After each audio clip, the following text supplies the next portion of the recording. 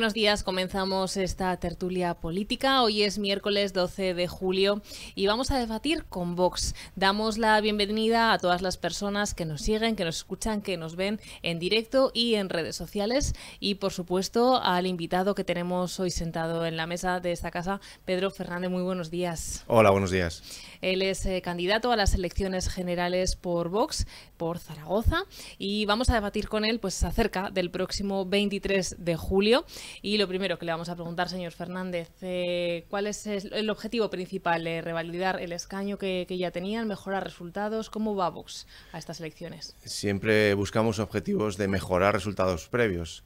En todo caso, bueno, pues vamos a esperar a ver el día de la votación lo que los zaragozanos, lo que los aragoneses deciden finalmente, pero siempre vamos a mejorar resultados previos. Desde Zaragoza, desde Aragón, ¿cuáles son sus principales líneas que quieren que en este caso pues las personas de nuestra comunidad sepan a la hora de ir a votar? Las líneas fundamentales son resolver los problemas que de forma crónica, de forma endémica afectan a Aragón, que afectan a Zaragoza particularmente en mi caso, que son, bueno, pues la despoblación en primer lugar, la despoblación que consideramos que la manera de poder revertir este proceso es mejorando las inversiones en infraestructuras. Lo llevo comentando durante toda la campaña. En Zaragoza llevamos 10, 20, 30 años ejecutándose las mismas obras y de hecho en los presupuestos generales del Estado de 2023 no hay previstas inversiones para nuevos proyectos. Este es el gran problema para intentar revertir esta situación de la despoblación, y este es el elemento fundamental en lo que basamos nuestra campaña y nuestras propuestas, y luego también, por supuesto, en lo que son los servicios públicos de calidad. Conocemos que la sanidad pública en la provincia de Zaragoza pues es deficiente. Hemos conocido recientemente que Zaragoza sufre las listas de esperas más largas de toda España para una intervención quirúrgica. También conocemos que en los pequeños municipios, en muchos de ellos, no tienen un servicio de ambulancias, no tienen servicio de urgencias, no tienen médicos especialistas. Bueno, pues esto también es importante y esto también pues forma parte de las líneas básicas de las propuestas de Vox. Se ha hablado mucho de un tema comprometido, sensible para los aragoneses, como es el trasvase, después de las declaraciones de Abascal por parte de Vox. Un poco en qué línea se sitúan ustedes y si creen que esto les va a afectar a la hora de las votaciones aquí en Aragón.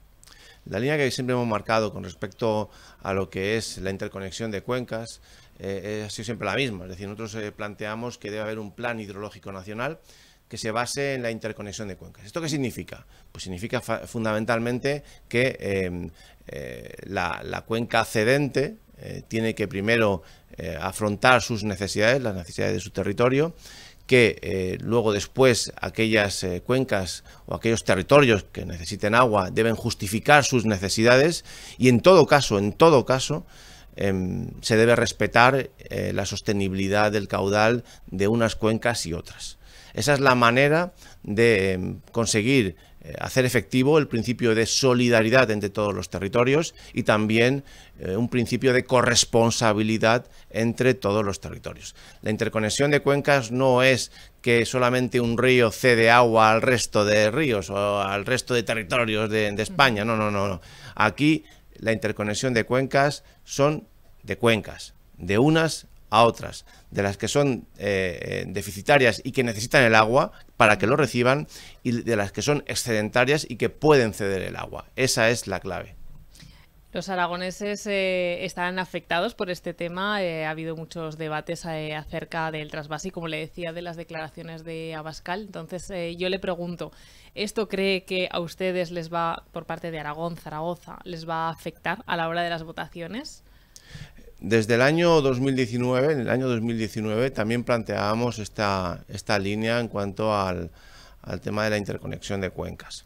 En el 19 no nos afectó, es decir, mejoramos en abril, obtuvimos las primeras representaciones en Cortes, en noviembre lo mejoramos, duplicamos resultados y por tanto, de hecho, pasamos de quinta fuerza política a tercera fuerza política aquí en Zaragoza con ese mismo discurso y por tanto explicando correctamente y sin demagogia, que eso es lo fundamental, la cuestión del Plan Hidrológico Nacional y de la interconexión de cuencas, yo creo que los zaragozanos, que son personas razonables, entienden perfectamente de lo que estamos hablando y sobre todo evitan y expulsan de su mente estos argumentarios demagógicos y populistas que no llevan al final a ninguna parte, porque lo que se quiere es exacerbar sentimientos y eso al final no soluciona los problemas. Nosotros creemos que tenemos una solución que es razonable, que es lógica, que además está amparada por la Unión Europea, no hay que olvidarlo. El Parlamento Europeo desde hace ya bastantes años hablaba siempre y habla siempre de interconexión de cuencas, y lo que estamos haciendo es ponerlo encima de la mesa y de una manera, como digo, razonable. Es decir, aquellas cuencas que son excedentarias puedan ceder agua a aquellas cuencas que son deficitarias, y siempre con un respeto escrupuloso a la sostenibilidad de los caudales. Las encuestas señalan un posible deterioro de Vox, de pérdida de votos. ¿Ustedes qué opinan ante esto? Las encuestas nunca nos han sido favorables y siempre hemos ganado las encuestas. Ocurrió en el 19 y han ocurrido en todas las convocatorias electorales que se han producido desde entonces. En este caso no hay motivo para no pensar que volveremos a ganar a las encuestas. Por tanto, lo que sí diría es que la mejor encuesta para nosotros son los actos que estamos celebrando por toda España, que Santiago Abascal está celebrando por toda España. El otro día, el sábado pasado, estuvo aquí Santiago Abascal, Ignacio Garriga, yo también tuve el honor de participar en ese acto en la Plaza del Justicia, y desde luego esa es la mejor encuesta. Es decir, la plaza estaba abarrotada de gente, animosa y con ganas de ir a votar y demostrar que las encuestas que se publican no se corresponden con la realidad. Por experiencia diría que no son del todo fiables las encuestas. Lo que digo son que son fotos y depende a quién se pregunte y cómo se pregunte, pues sale un resultado o sale otro. De hecho, hay mucha diferencia entre las encuestas, por ejemplo, del CIS y las encuestas que hacen empresas privadas. Y por tanto eso demuestra que hay que siempre poner, no en duda, pero sí con prudencia, hay que aceptar con prudencia ese tipo de encuestas. A mí las encuestas que más me importan son la de los actos políticos que estamos celebrando, y es una evidencia. Ayer en Málaga, el otro día en Zaragoza, en fin, estas son las mejores encuestas a mi modo de ver. En Aragón todavía está pendiente la formación de este gobierno. En Murcia no hay acuerdo entre PP y Vox. Podrían repetirse las elecciones. ¿Usted cree que los votantes de derechas entienden todo esto que está pasando, que no haya unos acuerdos? Sobre acuerdos y sobre pactos, el único pacto que hay hoy de Vox es el compromiso con los españoles de derogar a Sánchez y sus políticas. Lo que ocurra en diferentes territorios serán mis compañeros en esos territorios los que tendrán que negociar de una manera o de otra. Pero en lo que importa a estas elecciones generales, nuestro pacto hoy para estas elecciones generales es el pacto que tenemos y el compromiso con los españoles de derogar a Sánchez y sus políticas. Nada más. En el caso de que se diese un caso de repetición de elecciones, como es lo que estamos hablando de Murcia, ¿quién cree que podría salir más perjudicado en este caso? ¿PP que perdiese votos? ¿Vox que subiese? Me está planteando usted que haga una labor de visionario de lo que va a ocurrir en el futuro. Yo no tengo la bola mágica y no lo puedo saber. Y además, repito, a mí lo que me importa ahora son estas elecciones generales, lanzar el mensaje que estamos lanzando yo con mi candidatura en Zaragoza, e intentar convencer a los zaragozanos, a los aragoneses, para que el 23 de julio voten en masa y sigan creyendo en esta alternativa que es posible y que va a permitir, como digo, derogar a Sánchez y sus políticas, que ahora mismo es el elemento fundamental. Feijóo insiste en gobernar en solitario si sale elegido. ¿Cree que esto podría ser posible, que se podrían llegar a acuerdos, que podría pasar lo que está pasando en las comunidades? Lo que yo creo que es que hay que tener más respeto a los votantes. Yo creo que hay que esperar al 23 de julio, hay que esperar a los resultados y según los resultados, pues ya se conformarán las mayorías que hayan que conformar. Pero yo creo que hay que esperar al 23 de julio y hay que tener respeto, pienso, a los votantes, y porque, bueno, todavía hay muchos que están decidiendo lo que van a hacer el 23 de julio. Esperemos al 23 de julio y después, a partir del 24, ya los partidos adoptarán sus estrategias según las mayorías que se vayan conformando. Ya nos ha hablado de sus puntos fuertes del programa electoral. En el caso de renovar ese escaño, de estar en gobierno, ¿cuáles serían sus principales acciones para llevar a cabo? ¿Qué querrían poner sobre la mesa? Lo que de alguna manera he estado haciendo en estos 4 años, en esta última legislatura, es decir, los problemas que vienen surgiendo, algunos que ya viene arrastrando Zaragoza desde hace ya muchos años y otros nuevos que van surgiendo, pues ponerlos encima de la mesa en el Congreso, con preguntas, con iniciativas, con proposiciones no de ley, en fin, esa es la labor parlamentaria, esa es la labor legislativa. Luego ya, a partir del 24, cuando Santiago Abascal sea presidente del gobierno, pues tendremos la posibilidad ya de ejecutar más concretamente esas políticas que venimos reclamando en esta legislatura pasada. Ayer hubo aquí en Zaragoza debate de candidatos de Aragón. ¿Cuáles son sus sensaciones después de este debate?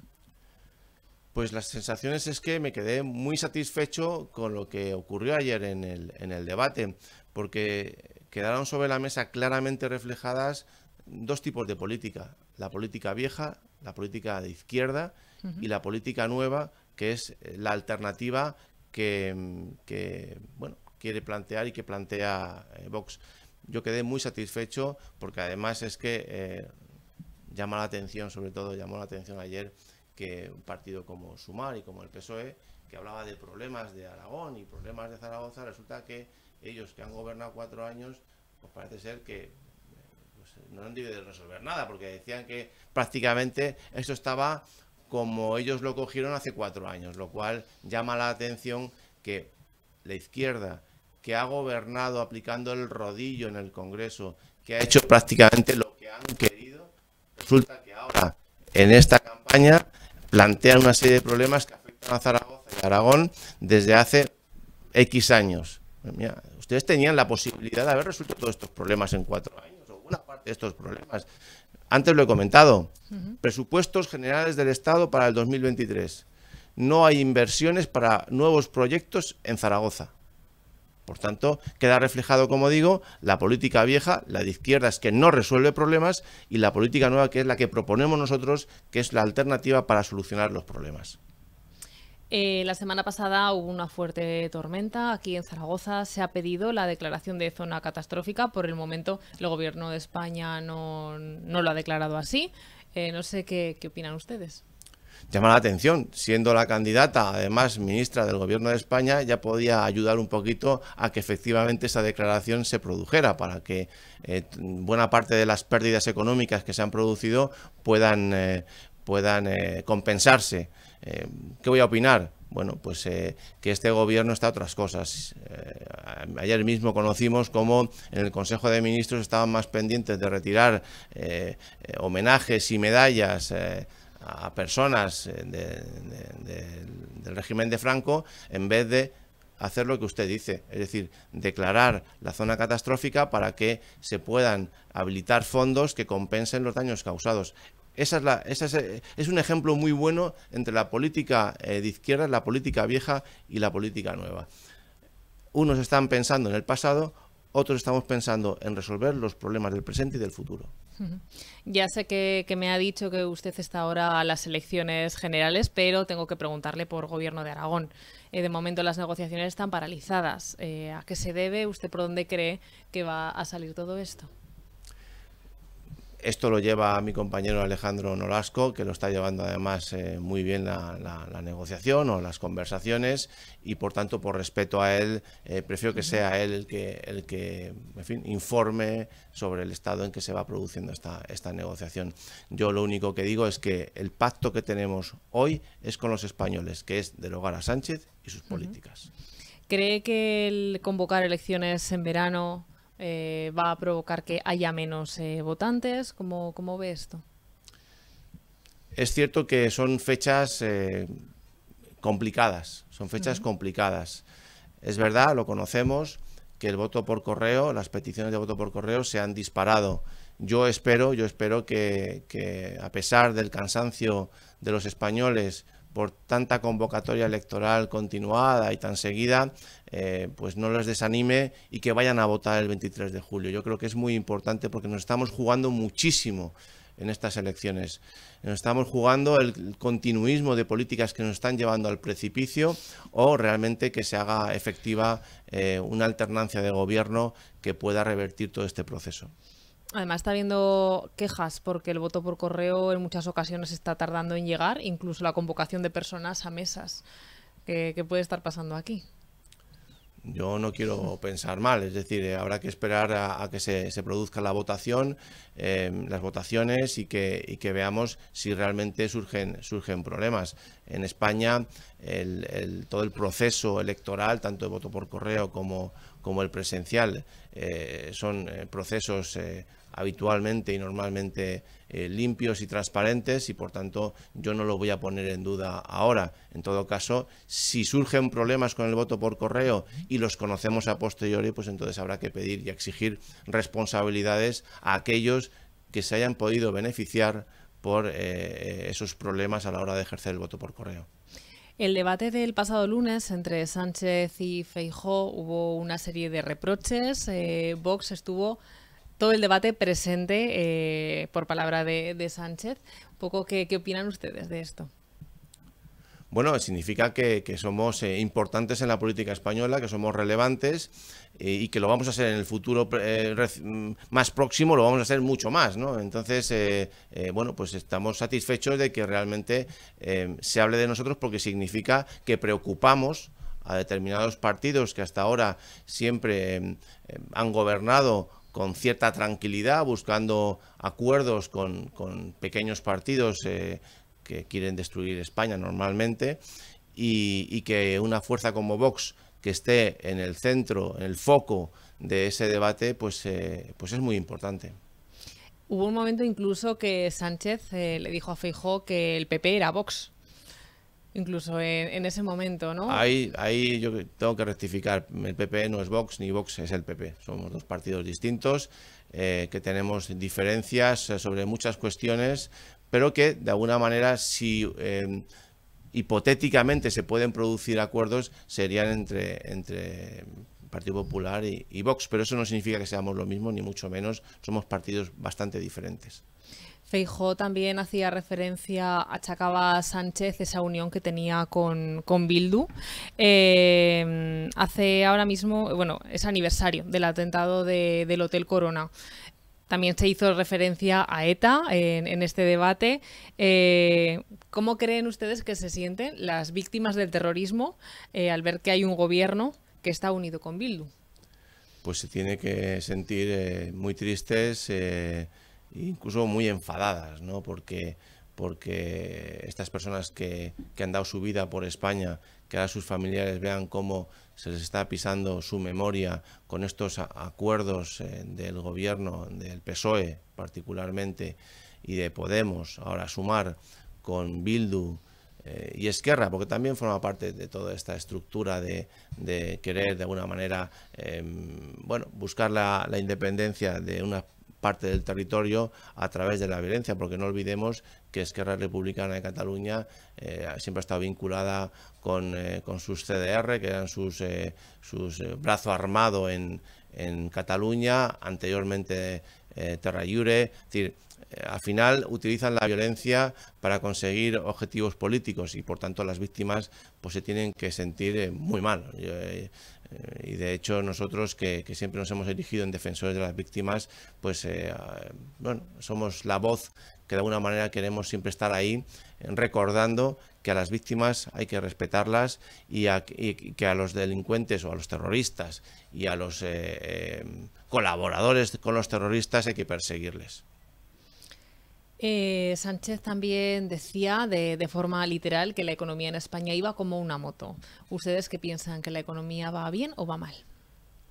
Ayer mismo salió un estudio de la COE en el que se decía que España es de los países de la Unión Europea y de la OCDE con menos libertad económica.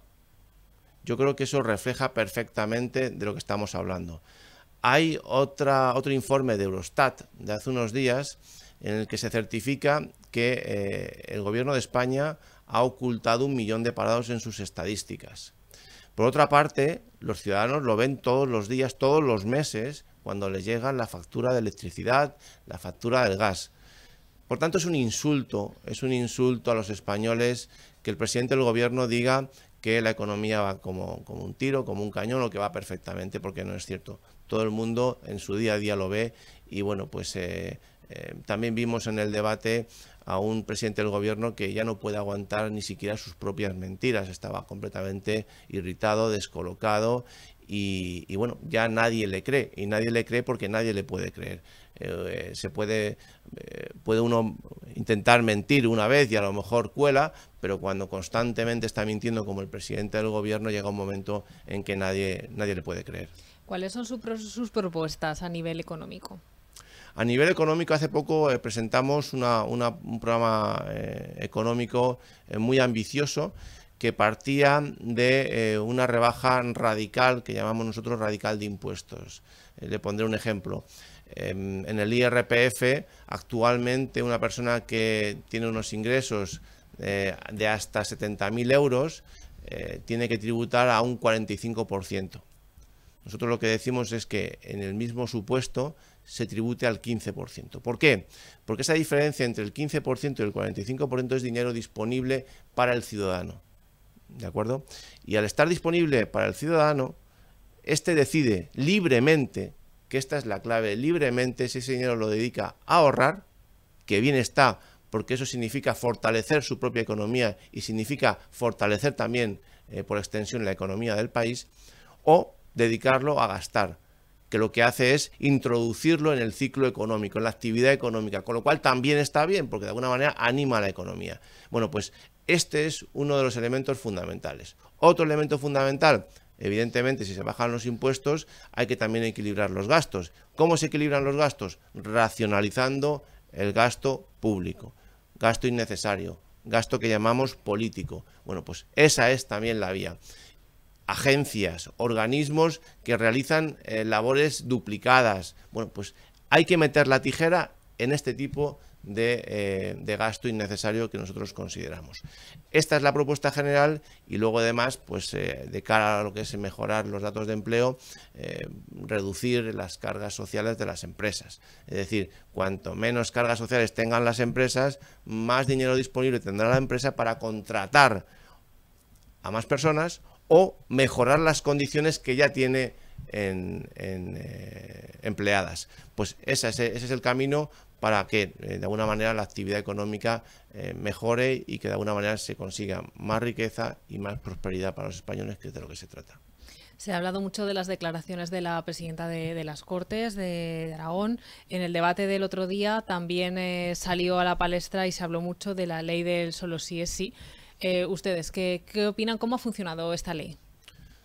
Bueno, creo que es claramente una ley que ha beneficiado a los agresores sexuales, a los pederastas y a los violadores. El problema está en que aquí hablamos de derecho penal y aunque hayan intentado rectificar, esa rectificación ya no vale para nada. Todos los casos que se han condenado ya, que están cumpliendo condena, se van a poder beneficiar de esa ley. Esa ley fue una chapuza porque además fue advertido por el Consejo General del Poder Judicial, por el Consejo de Estado, por profesionales, que eso iba a ocurrir. Y solamente la obcecación de una ministra y de un gobierno, porque aquí la responsabilidad también es la ministra, el gobierno y el presidente del gobierno, la obcecación de querer llevarlo adelante a toda costa, pues ha tenido estas consecuencias. Pues ¿qué podemos decir? Que ese es el tipo de política que hay que evitar. Es decir, legislar es algo muy serio, no se pueden sacar leyes como esa y otras de forma alocada porque luego las consecuencias las pagamos todos. Hemos vivido el primer gobierno de coalición en democracia. Podríamos decir que no ha funcionado del todo bien. ¿Ustedes creen que sí? No, perdona, ha funcionado muy mal. Ha funcionado, pero fatal además. Perdona. Sí, sí, usted está aquí para opinar. ¿Cree usted que si a partir del día 23 de julio tenemos un gobierno de coalición PP-Vox, podrían tener los mismos problemas? ¿Sabrían encaminarlo de otra manera para aprender de los errores que hemos visto estos 4 años? Si se produjera esa coalición de la que usted habla, desde luego creo que desde luego se legislaría de una manera mucho más seria. Y legislando mucho más de forma más seria, desde luego no se cometerían los errores que ha cometido este gobierno de coalición, este gobierno Frankenstein que llaman, con la colaboración externa, que no dejan de ser socios de Bildu y Esquerra. Láncenos un mensaje para los votantes, sobre todo para los aragoneses. ¿Por qué deberían de votarle a usted, a su partido y sobre todo ir a votar a las elecciones generales?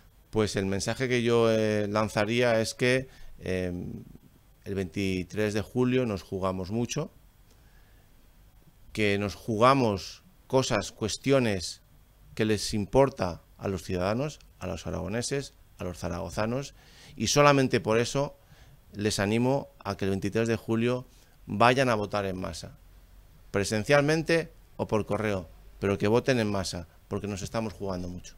¿Y a usted, a su persona, por qué deberían de votarle? Bueno, porque formo parte de un proyecto que quiere ser la alternativa para España, y que es un proyecto además que va a permitir revertir todo este proceso al que nos ha llevado la izquierda, que es un proceso que como continúe 4 años más, desde luego nos va a llevar directamente al precipicio. Por eso es votarme a mí, es votar a Vox, pero sobre todo es votar a Santiago Abascal como presidente del gobierno. Pedro Fernández, muchísimas gracias por haber estado hoy con nosotros. A vosotros. Bueno, pues han escuchado las declaraciones de Pedro Fernández. Él es candidato de Vox por Zaragoza a las elecciones generales de este 23 de julio. Y hasta aquí llega la información política de nuestra tertulia. Les dejamos ahora con nuestros compañeros de Café con Goles y volvemos mañana a hablar de más política. Que tengan un buen día.